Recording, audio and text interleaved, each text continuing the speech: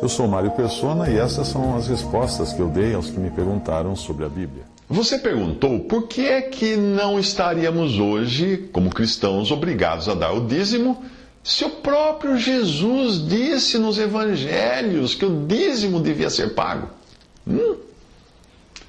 Sim, Jesus disse que o dízimo devia ser pago, sim. Em Mateus 23, ele diz ali: ai de vós, escribas e fariseus hipócritas, pois que dizimais ou dais o dízimo da hortelã, do endro, do cominho, e desprezais o mais importante da lei, o juízo, a misericórdia e a fé. Deveis, porém, fazer estas coisas e não omitir aquelas, ou seja, aquelas que era dar o dízimo de todas aquelas coisas. Ele disse, mandou sim. A mesma ordem ele repetiu em Lucas 11:42. Sim, Jesus mandou dar o dízimo. Mas em Mateus 8, versículo 4, ele também disse ao leproso que tinha sido curado, para que ele fosse ao templo, oferecesse os sacrifícios ordenados pelos sacerdotes de Israel. Ele disse com essas palavras: vai, mostra-te ao sacerdote e faze a oferta que Moisés ordenou para servir de testemunho ao povo. Muito bem, esses sacrifícios, para quem fosse curado de lepra, haviam sido determinados em Levítico 14, de 4 a 7, e constituíam o seguinte: 2 aves vivas e limpas e pau de cedro, e estofo carmesim e isopo. Uma das aves era morta num vaso de barro sobre águas correntes, enquanto a ave viva e o pau de cedro e o estofo carmesim e o isopo deviam ser molhados no sangue da ave que foi imolada sobre as águas correntes, e sobre aquele que há de purificar-se da lepra, o sangue deveria ser aspergido 7 vezes. Então o sacerdote o declarará limpo e soltará a ave viva para o campo aberto. Essa era a lei do curado de lepra. Como você faria hoje, caso você fosse curado de lepra, considerando que o Senhor Jesus mandou um curado de lepra fazer tudo isso no Evangelho? Como você faria? Primeiro você teria um grande problema, porque já não existe mais o templo de Jerusalém. Jesus mandou que ele fosse ao templo fazer isso. E se você fosse até o templo hoje, tentar oferecer um sacrifício de uma ave na mesquita islâmica que ocupa hoje o lugar do templo, é provável que algum radical islâmico transformasse você em sacrifício. Você também teria dificuldade de encontrar um sacerdote da linhagem de Levi, como devia ser no mandamento dado pela lei de Moisés. Percebe? Em Mateus 5, 23 a 24, no caso de alguma desavença, alguma briga, discussão, Jesus instruiu o seguinte: se, pois, ao trazeres ao altar a tua oferta, ali te lembrares de que teu irmão tem alguma coisa contra ti, deixa perante o altar a tua oferta, vai primeiro reconciliar-te com teu irmão, e então, voltando, faze a tua oferta. E aí? Como você fará se brigar com o irmão? Isso terá sido um pecado, e no Antigo Testamento, o mesmo Deus que estipulava o dízimo fazia com que os pecados exigissem sacrifício de animais. Você sacrificaria um animal cada vez que brigasse com o seu irmão? Para complicar um pouco mais, veja o que Jesus diz no mesmo capítulo: porque em verdade vos digo, até que o céu e a terra passem, nem um i ou tio jamais passará da lei até que tudo se cumpra. Aquele, pois, que violar um destes mandamentos, posto que dos menores, e assim ensinar aos homens, será considerado mínimo no reino dos céus. Aquele, porém, que os observar e ensinar, esse será considerado grande no reino dos céus. Mateus 5,18. E aí? O dízimo, a oferta pela cura e os sacrifícios pelos pecados, incluindo ofensas contra o seu irmão, eram ditados pela lei dada a Moisés. Portanto, se você quiser guardar um mandamento, como, por exemplo, o dízimo, você vai ter de guardar também os outros. Mas você talvez alegue que dos sacrifícios de animais nós estaríamos isentos, porque Cristo, o Cordeiro de Deus, já morreu por nós. Bem, mas não eram apenas sacrifícios de animais que eram exigidos pela lei. Veja alguns exemplos. Aquele que blasfemar o nome do Senhor certamente morrerá. Toda a congregação certamente o apedrejará, assim o estrangeiro como o natural, blasfemando o nome do Senhor, será morto. Levítico 24:16. Outra passagem. Quando um homem amaldiçoar seu pai ou sua mãe, certamente morrerá.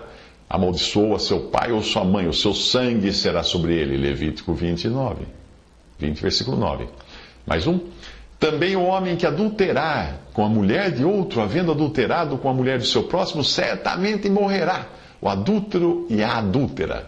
Levítico 20, versículo 10. 6 dias se trabalhará, mas o 7º dia vos será santo, o sábado do repouso ao Senhor. Todo aquele que nele fizer qualquer trabalho, morrerá. Êxodo 35, 2. Mais um.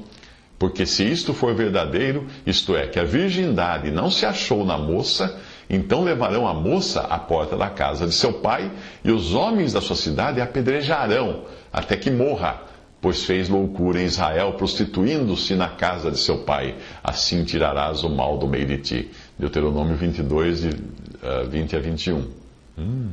Mais uma. Quando também um homem se deitar com outro homem, com mulher, como se fosse mulher, ambos fizeram abominação, certamente morrerão. O seu sangue será sobre eles. Levítico 20, versículo 13. Agora, para encerrar por aqui, porque são muitos os mandamentos da lei semelhantes a estes e punidos com morte, eu vou acrescentar um mandamento que você mencionou. Vamos lá. Também todas as dízimas do campo, da semente do campo, do fruto das árvores são do Senhor. Santas são ao Senhor. Levítico 26, de 27 ao versículo 30 em diante. Leia depois na sua Bíblia todos os versículos relacionados a esse mandamento. Mas, então, para a sua pergunta, se Jesus mandou dar o dízimo, a resposta, mais uma vez, é sim, Jesus mandou dar o dízimo, porque o contexto nos evangelhos é judaísmo. Ele está tratando ali com judeus, com o povo escolhido por Deus para habitar na terra. Não existia igreja. Havia o templo de Jerusalém. Haviam sacerdotes, sacrifícios, pena de morte por apedrejamento para adúlteros, virgens, fornicadores, homossexuais e até filhos que ofendessem os pais. Tudo isso era exigido pela lei. Eram exigidos sacrifícios para quem brigasse com o irmão. Tinha que matar um animal porque brigou com o irmão. Está tudo isso ali, tudo isso era exigido nos tempos dos evangelhos, que é o tempo que Jesus viveu aqui, e quando foi que ele disse também que devia pagar o dízimo, devia dar o dízimo, que ele disse para aqueles fariseus que não estavam fazendo isso. Se você não entender o que na Bíblia é dito para Israel sob a lei, e o que é dito para a igreja, que só foi formada depois do período dos evangelhos, no capítulo 2 de Atos, se você não entender isso, você vai sempre precisar escolher o que da lei você vai querer ou não cumprir. Isso eu gosto, eu vou cumprir. Eu vou guardar o sábado, mas eu não vou fazer essa outra parte. Eu vou fazer isso. É isso que a maioria das religiões cristãs fazem, principalmente as que seguem a teologia do pacto. Elas fazem isso porque elas não entendem as diferentes dispensações de Deus. Porém, quando você faz isso, ou seja, quando você escolhe qual mandamento da lei você vai ou não cumprir, você está dando trombada naquilo que Jesus disse. Aquele, pois, que violar um desses mandamentos, posto que dos menores, ainda que sejam dos menores, e assim ensinar aos homens, será considerado mínimo no reino dos céus. Aquele, porém, que os observar e ensinar, esse será considerado grande no reino dos céus. Mateus 5,18. E também considere o que Tiago escreveu. Porque qualquer que guardar toda a lei e tropeçar em um só ponto, tornou-se culpado de todos. Tiago 2,10. Agora preste muita atenção, principalmente nesse versículo de Tiago, e você verá que todo o dinheiro que você deu a vida inteira de dízimo, de nada teria valido se você tiver falhado em cumprir qualquer outro mandamento da lei. Percebeu? Se você descumpriu um, você é culpado de toda a lei. Por mais que você guardou todos os outros, você é culpado de toda a lei, porque a lei não veio para salvar.